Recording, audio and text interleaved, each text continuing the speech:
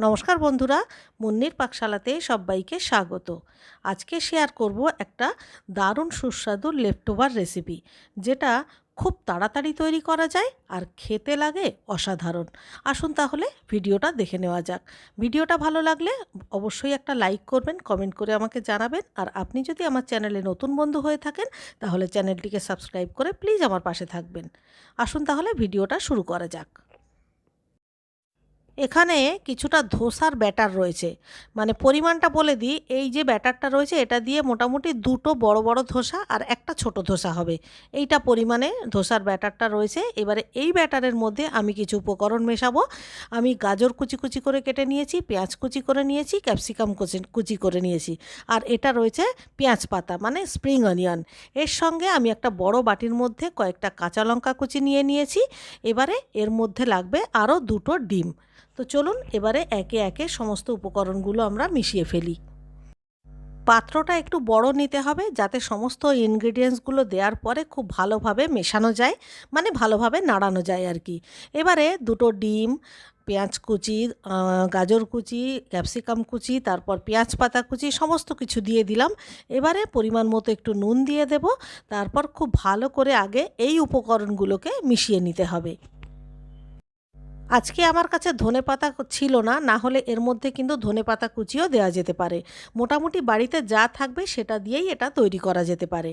তো সমস্ত কিছু মিশিয়ে নেওয়ার পর এইবারে যে দুটো ধোসা আন্দাজের ব্যাটার ছিল সেই ব্যাটারটা দিলাম। যেহেতু দুটো ধোসার মতো ব্যাটার ছিল সেই জন্য আমি এখানে দুটো ডিম দিয়েছি। যদি ব্যাটার আর একটু বেশি থাকে তাহলে ডিমের পরিমাণটাও একটু বাড়িয়ে দিলে খেতে ভালো হবে। আর ডিম দিয়েছি বলে এর মধ্যে কোনো রকম বেকিং সোডা, বেকিং পাউডার কিচ্ছু দিতে হবে না, এমনিতেই এটা খুব সুন্দর খেতে হবে। তো দেখুন আমার সমস্ত ব্যাটারটা কিন্তু পুরোপুরি রেডি হয়ে গেছে। এটাকে কোনো রেস্টে রাখারও কোনো প্রয়োজন নেই। এবারে সঙ্গে সঙ্গে আমি একটা তাওয়া বসিয়ে দিলাম।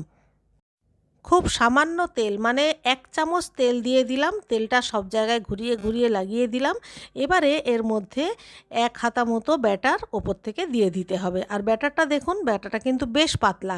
একটু পাতলা রাখলে এটা খুব ভালোভাবে চারিদিকটা ছড়িয়ে যাবে এবং জিনিসটা পাতলা পাতলাও হবে, তাতে কুক করতেও খুব সুবিধা হবে। এবারে ঢাকা দিয়ে গ্যাসের ফ্লেমটা কমিয়ে দিলাম। 1 থেকে 1.5 মিনিটের মধ্যেই দেখুন নিচটা একদম সুন্দর হয়ে গেছে। এবারে সাবধানে একটু উল্টে দিতে হবে, আবারও একটু ঢাকা দিয়ে দিতে হবে। এইভাবে উল্টে পাল্টে খুব ভালো করে সমস্ত কিছু যাতে সেদ্ধ হয়ে যায় সেইভাবে এটাকে বানিয়ে নিতে হবে। আমি এটাকে ধোসার চিলা বলে থাকি। আপনারা আপনাদের পছন্দ মতো একটা নাম দিয়ে দিতে পারেন, কোনো অসুবিধা নেই। তবে নাম যাই হোক না কেন, এটা খেতে কিন্তু অসাধারণ লাগে। আর এর সঙ্গে যদি কোনো আচার থাকে আচার দিয়েও খেতে পারেন। যদি কোনো সস থাকে, মানে টমেটো হট অ্যান্ড সুইট যে সসগুলো হয় সেটা যদি থাকে সেটা দিয়েও খেতে পারেন। মানে এটা সবের সাথেই ভালো লাগে। আর যেহেতু ব্যাটারের মধ্যে নুন, পেঁয়াজ কুচি এইগুলো সব দেয়া হচ্ছে, তাই এই ব্যাটারটা কিন্তু যদি আমরা রেস্টে রেখে দিই তাহলে আরও বেশি বেশি জল বেরোবে এবং তাতে করে ব্যাটারটা অনেক বেশি পাতলা হয়ে যাবে, আর সেটা তখন কিন্তু খেতে ভালো হবে না। তাহলে দেখলেন তো কত সহজে একটা দারুণ সুস্বাদু ব্রেকফাস্ট তৈরি হয়ে গেল। এটা আপনারা শুধু ধোসার ব্যাটার নয়, ইডলির ব্যাটার দিয়েও তৈরি করতে পারবেন। আর বাচ্চারা তো বটেই, বড়রাও এটা দারুণ পছন্দ করবে। ভিডিওটা শেষ পর্যন্ত দেখার জন্য অনেক অনেক ধন্যবাদ। দেখা হচ্ছে আবার পরবর্তী ভিডিওতে। ততক্ষণের জন্য সবাই ভালো থাকবেন, সুস্থ থাকবেন।